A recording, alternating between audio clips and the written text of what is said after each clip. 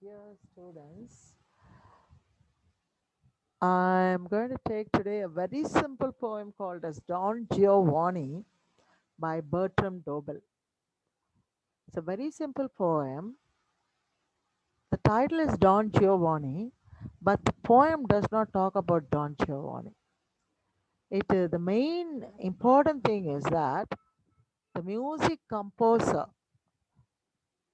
Mozart's credibility and the way he was so important in his music compositions are discussed in this poem. But why the title Don Giovanni? Because especially Mozart's overture for that play Don Giovanni, the musical drama Don Giovanni, seems to have played a very important role in all his compositions. So the poet here, who's praising Mozart, has given the title Don Giovanni to tell you to see and to hear the music that he has composed for this music drama. So let's go into the story of Don Giovanni and then listen to the music he has composed for that play, and then maybe we can go into the poem. So now I'm going to tell you the story of Don Giovanni. It's an opera in two acts, for which Wolfgang Amadeus Mozart, Italian libretto by Lorenzo da Ponte, premiered that was premiered in the National Theatre in Prague on October 29, 1787. Composed the background music according to the movement of the story, and the songs usually they are since it was a music drama, the dialogues were sung by the characters. So the opera subject is actually Don Juan in French, and it's a notorious libertine of fiction, and his eventual descent into hell. It's a story actually written there, and the hero's name is Don Juan. It's a libertine of fiction because Don Juan is a womanizer, and the way he suffers and goes to hell is the story. For Mozart, it was an unusually intense work, and it was not entirely understood in his own time. Even for Mozart, the story was very different, and with so much of morals around it, the story had its own uh, background, libertine background, that it was not understood. Still, Mozart composed a very good uh, composition, music composition for this drama. However, it was recognized as one of the greatest of all operas. That's why Bertram Dobell, who wanted to praise Mozart, has given this as his topic. Now, who is this?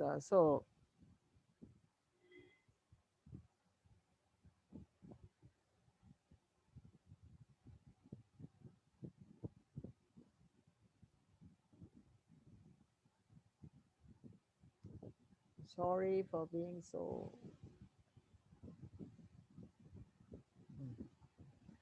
So, background and the context. The great opportunity of in Prague of Mozart's previous opera, The Marriage of Figaro, led the theater's impresario to commission a new work from the composer. See, he had already played some music for opera, so they wanted him to do for this drama also. The librettist was extremely busy writing for other composers at Vietnamese court and decided to adapt an existing libretto on the subject of Dan Juan. So, although there were hundreds hurdles and delays in bringing the opera to the stage, Don Giovanni was a great success in Prague in theatre and remained in a repertoire there for years. So it may have failed in some places, but still it was in Prague. It became very famous. For in Mozart revised the opera for Vienna and also he performed in many other places too. So here uh, the character's name is not Don Juan, but it is Don Giovanni in Prague's character in Prague's theater.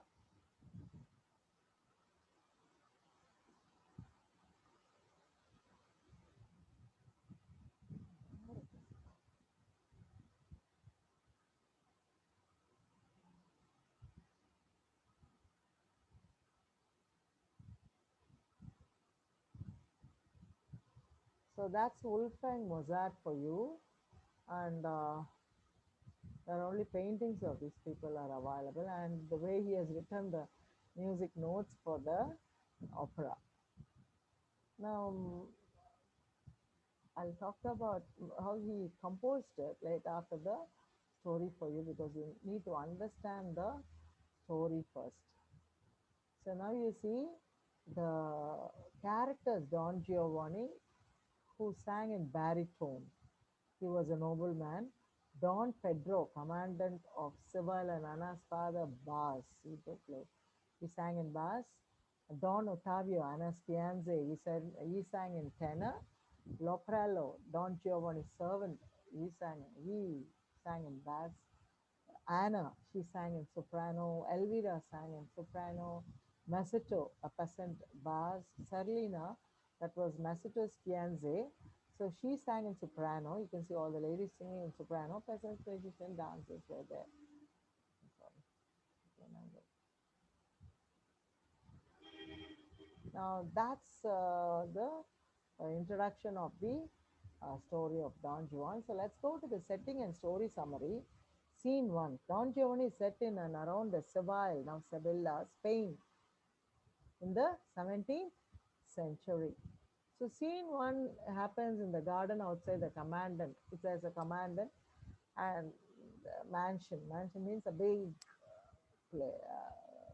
palace, like like a palace. And here the scene is taking place. Keep playing with this. And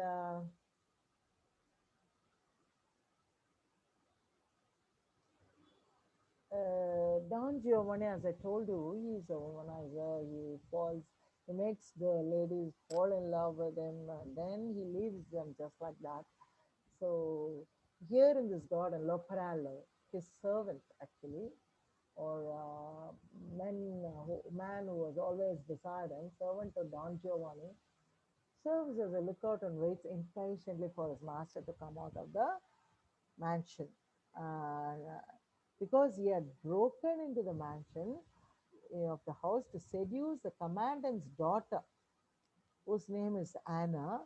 And he is really worried about his master too because he is always behind some woman all the time. Uh, so all the time he's always working hard for his master. Suddenly Giovanni and Anna, as I told you, the daughter of Commander Donna Anna, they rush out of the palace, the mansion, and they are struggling with each other, holding on to. Anna screams unsuccessfully, tries to discover the master, and Giovanni has a master's face. And she's now struggling to pull out that mask to know who is this fellow who's trying to seduce her. Her father suddenly appears, the commander appears, brandishing a sword in his hand and challenges Giovanni to a duel. Now he's fighting with his daughter, and so he is challenging him with it for a duel. Come on, fight with me. Anna runs to get help. By the time Anna runs into the palace to get help from someone to fight against Giovanni, um, but then, since Don Giovanni was a very brave, kind of a courageous and a very strong man, he kills his old commandant and he escapes with Loparello, who was his servant waiting outside the gates. Anna returns with his fiance, Ottavio, Don Ottavio. Fiance is one who's engaged to get married to her. Don Ottavio, just to find her father dead. She makes Ottavio swear to avenge her father's death. So the story, the Act One, Scene 1, you see that it is taking place in the commandant's place where the we see our, as I introduced you, the libertine who plays with all kinds of women has broken into this palace just to play with the Anna. But then Anna is very cautious and she's trying to know who's this man who's trying to seduce her and bring her out of the party. By then her father enters. Her father is killed by Don Giovanni, and then she bring. By the time Anna has run into the palace to bring somebody to fight with Don Giovanni, but then she finds her father is dead, and then she makes her fiance promise that she will avenge the death of her father. The scene two, what happens? So in the scene two, we see that now Laprella made Giovanni promise not to punish him for speaking freely, tells him that his life is scandalous. So he first says, Giovanni, don't be angry with me. Please don't get angry, but your life is really bad, always, and it's very scandalous because you're always playing with women. But then Giovanni becomes very angry. So Loperella changes the subject to Giovanni, cattle or woman. As his master tells of his latest flame, they spot a veiled woman walking.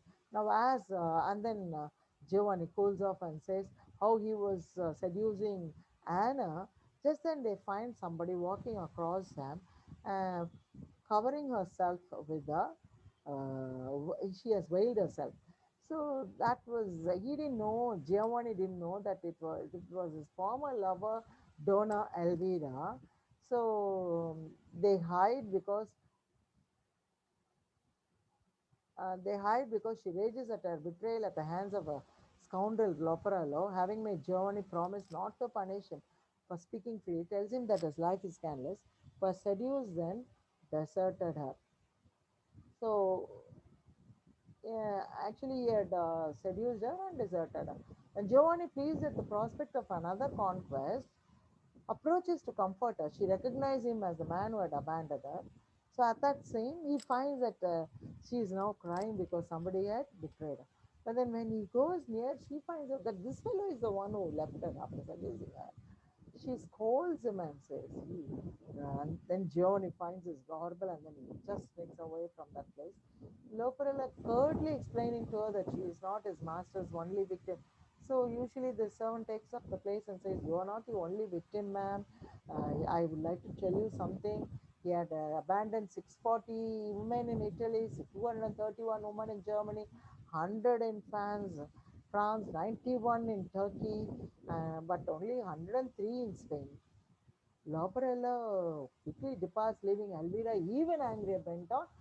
Now, coming to know that he has played with so many women and abandoned them, Elvira is very, very angry.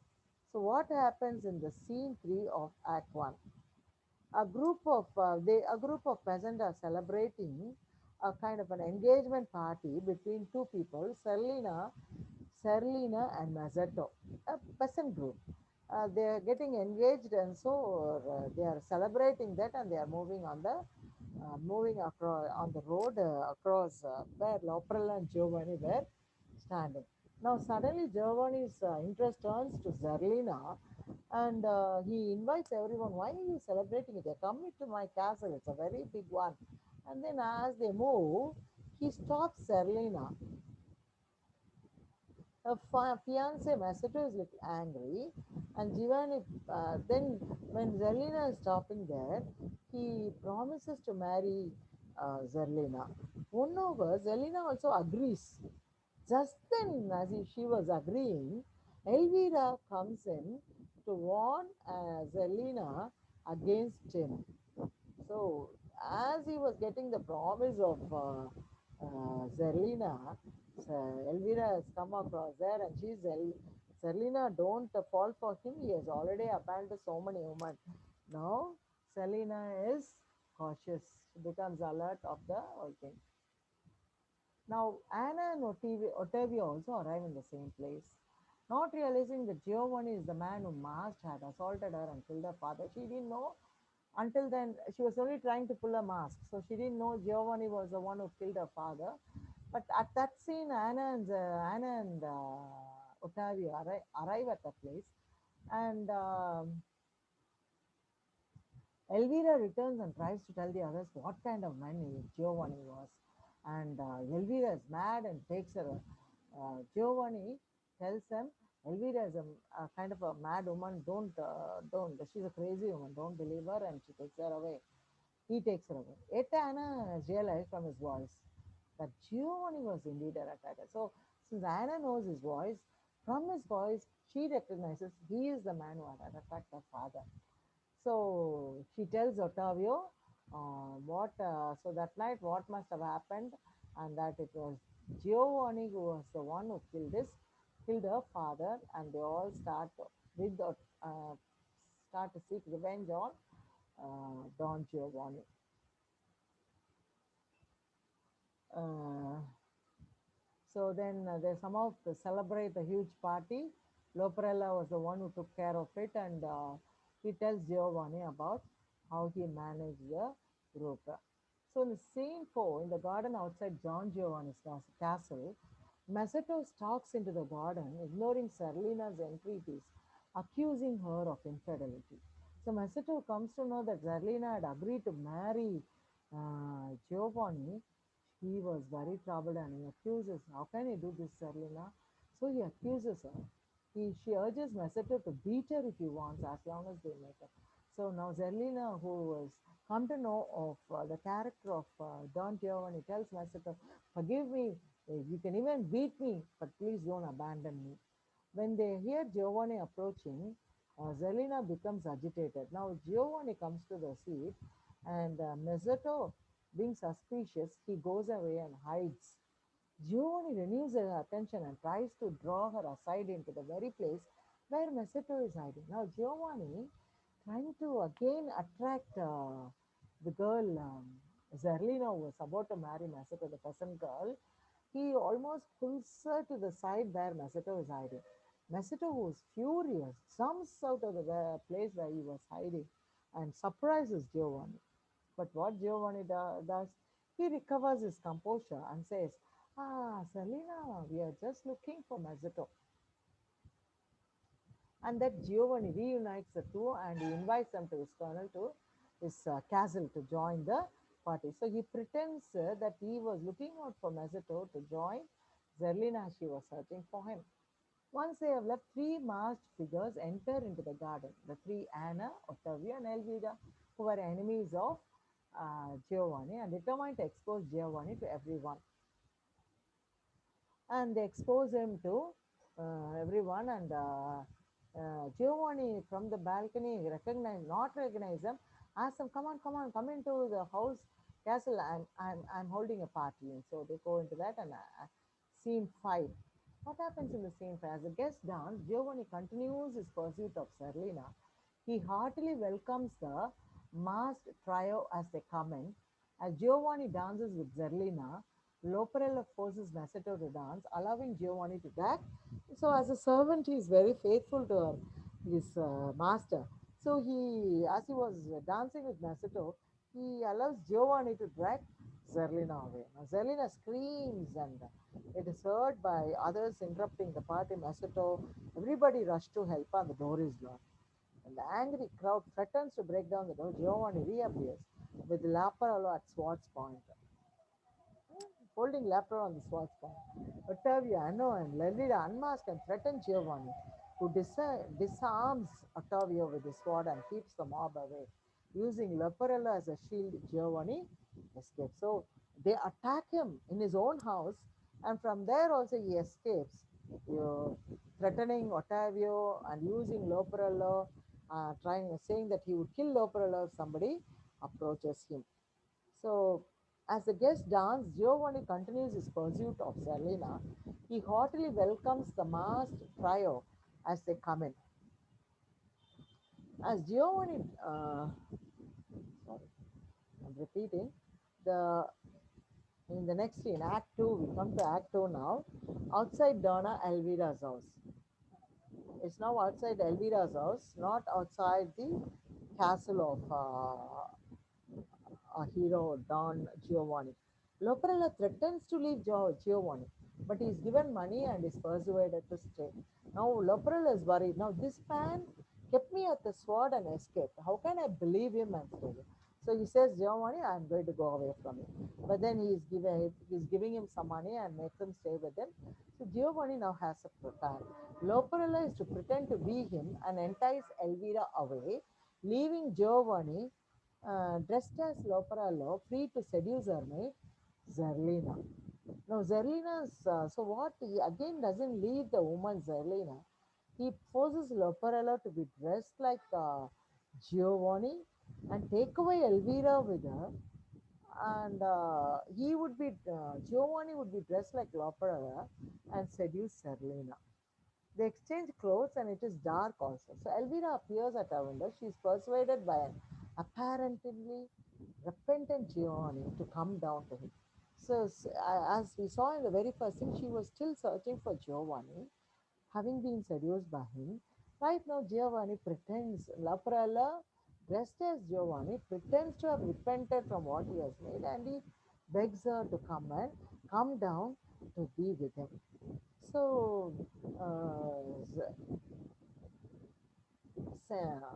what happens is that Giovanni as Lepra then serenades,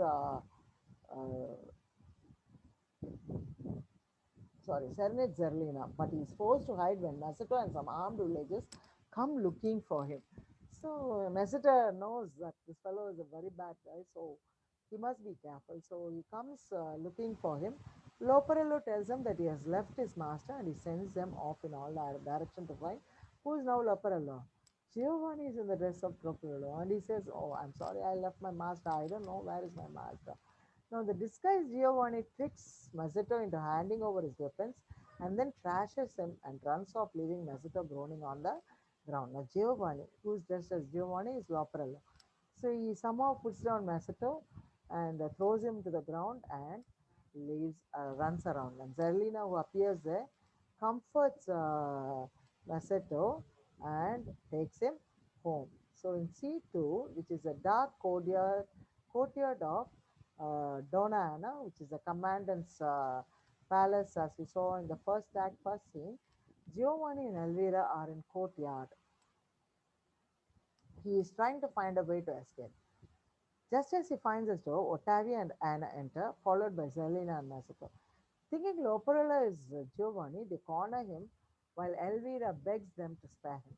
Desperate, he reveals his true identity to the astonishment of all. As they advance on him, he begs for mercy but manages to flee. Ottavio urges the others to comfort Anna while he seeks revenge. Elvira, left alone, expresses a mixture of emotions about Giovanni, pity for his doomed soul, hurt by his betrayal of her.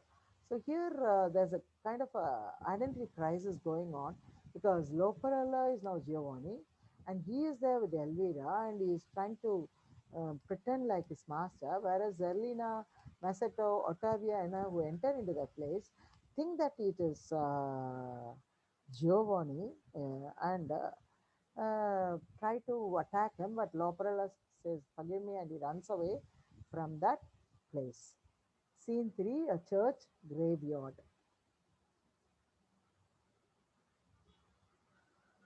Giovanni laughingly relates his recent adventures to Leporello.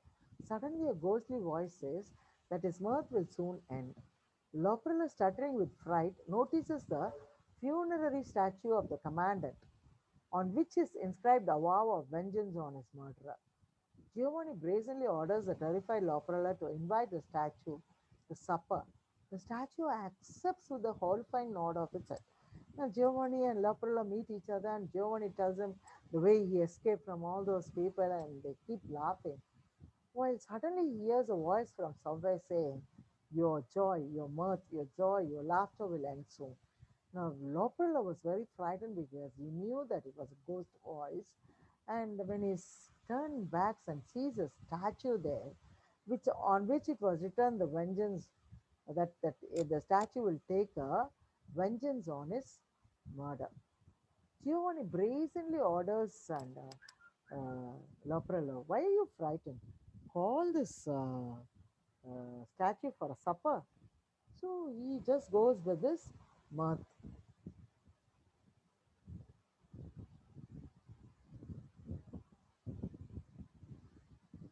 So what happens is that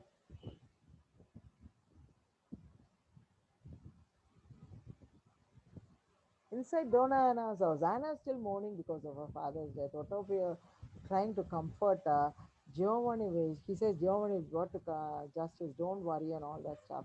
And she says our marriage should wait until my father's death is being avenged.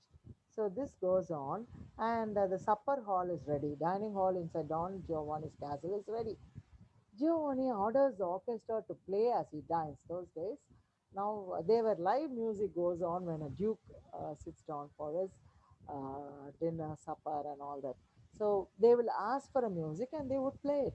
Now Giovanni is ordering the orchestra to play as he dines. So while Loprella sneaks food from the table, Elvira bursts in and begs Giovanni to change his verse, but he merely invites her to eat. So as they were about to eat, Elvira comes in. She bursts in, comes in, and I think suddenly, and then asks Giovanni, please change your character and become somebody good. But coolly Don Giovanni says, come and eat.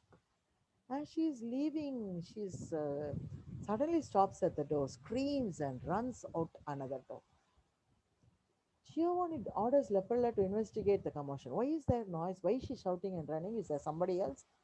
He does so. He goes to check that and the returns stammering about a man of stone knocking at the door. So he comes and says, hey, there's a stone statue knocking on our door. And he's stammering while he's telling that he's frightened a lot. The commander statue appears as announces that he has come for dinner. You invited me for dinner. So stone statue says, I come for dinner. Giovanni offers his hospitality as Loparello hides. Now Giovanni tries to be cool and says, come on, sit down and eat. But Loparello goes and hides himself. The statue refuses mortal wood but invites Giovanni to sup with it. So he says, then the stone statue says, I will not eat with you, but then you come and eat with me. Giovanni accepts, giving the statue his hand as a promise. But he then finds himself trapped in the statue's marble grasp. So when he's giving his hand, okay, I'll come and eat with you, the hold is very tight and he is there.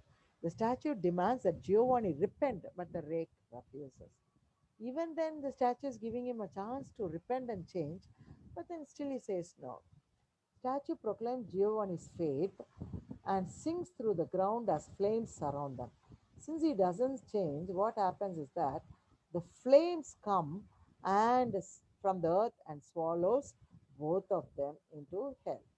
Terrified, Giovanni tries to escape but is blocked by the fire.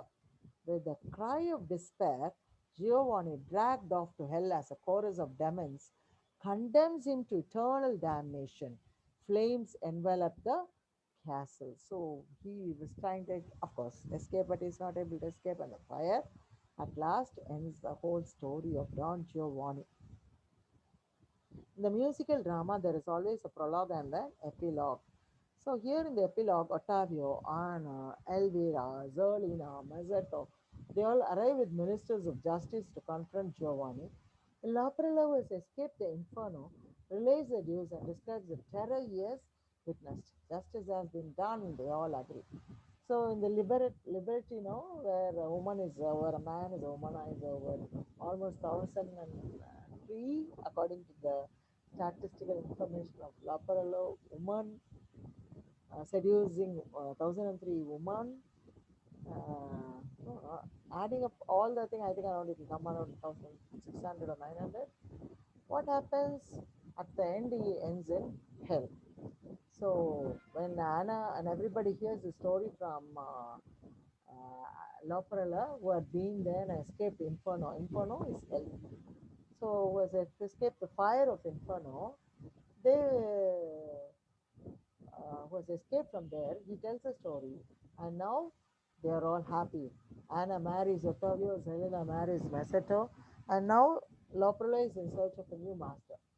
They turn to the audience and warn that a similar fate awaits all such libertines.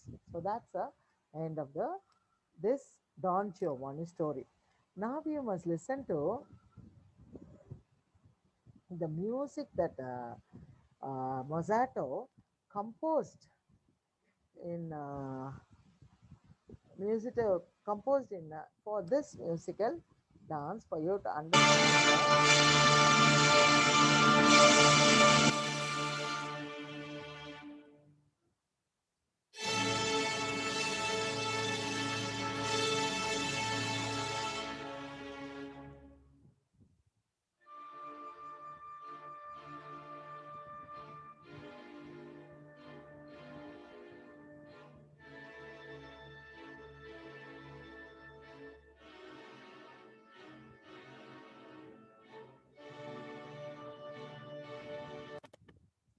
You can hear this if you take the link and play it, see it in your YouTube.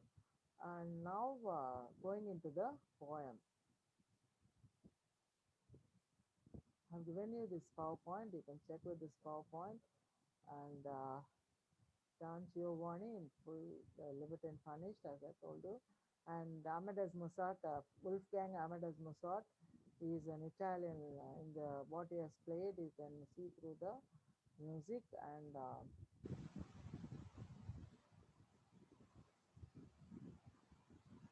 all the thing. I've also told you what are the things that is being played.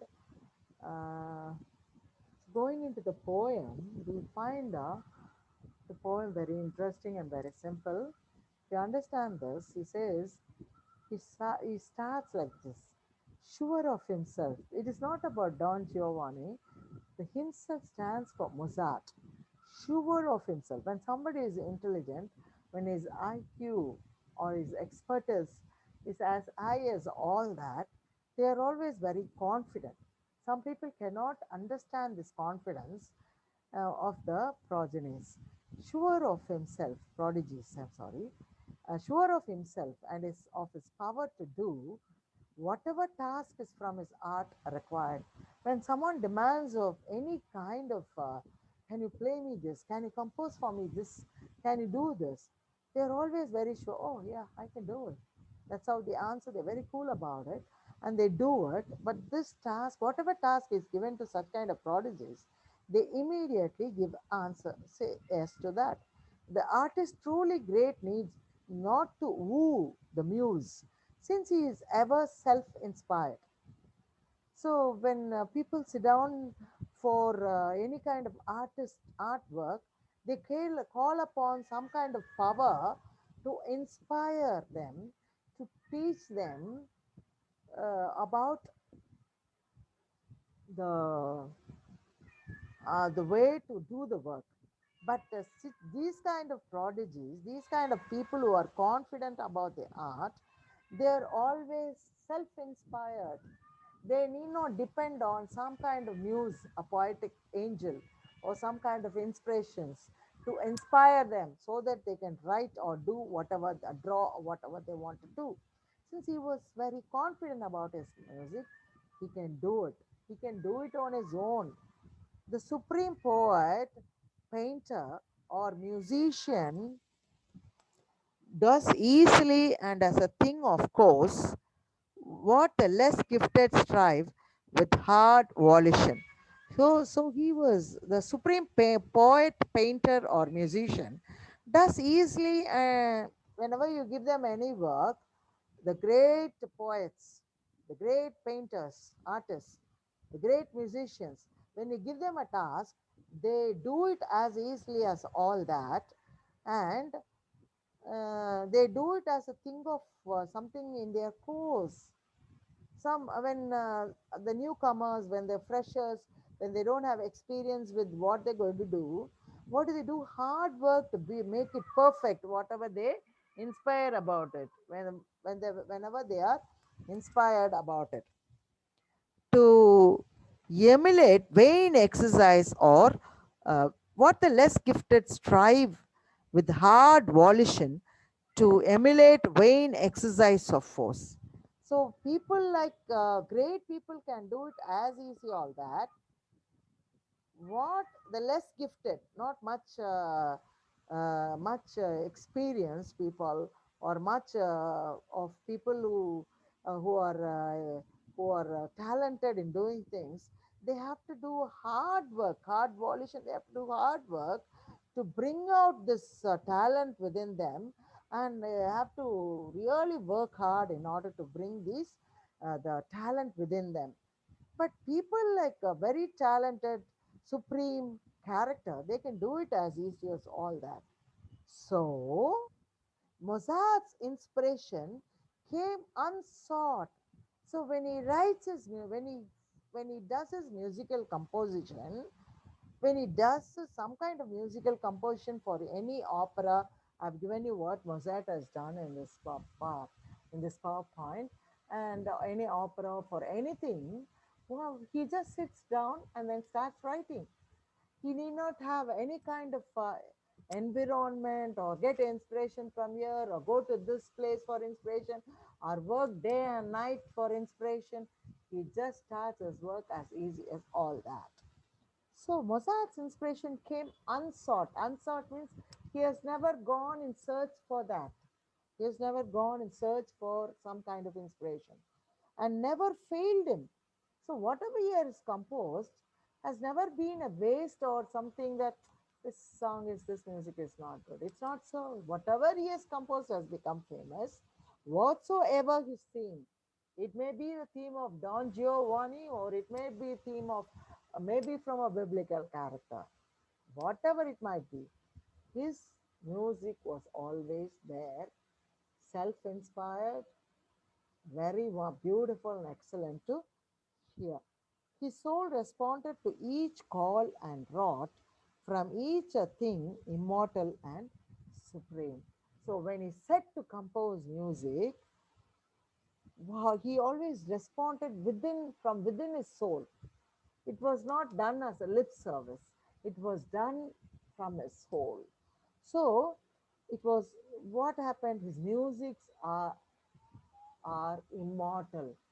They have not died until today. They live eternally until today because of their sublimity, or you can call because of their supreme quality. So born for endless time. Even today, Mozart's musics are being used for so many, so many kinds of musical backgrounds, soundtracks. He lives the Shakespeare of the lyric stage.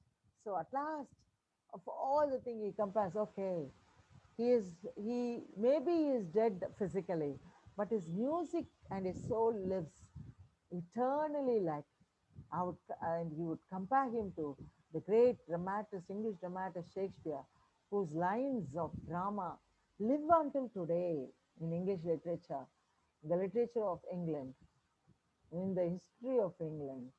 Mozart's music lives in Western music, in all the soundtracks and music. So Bertrand Dobell chooses Don Giovanni opera just by the title and by the poem.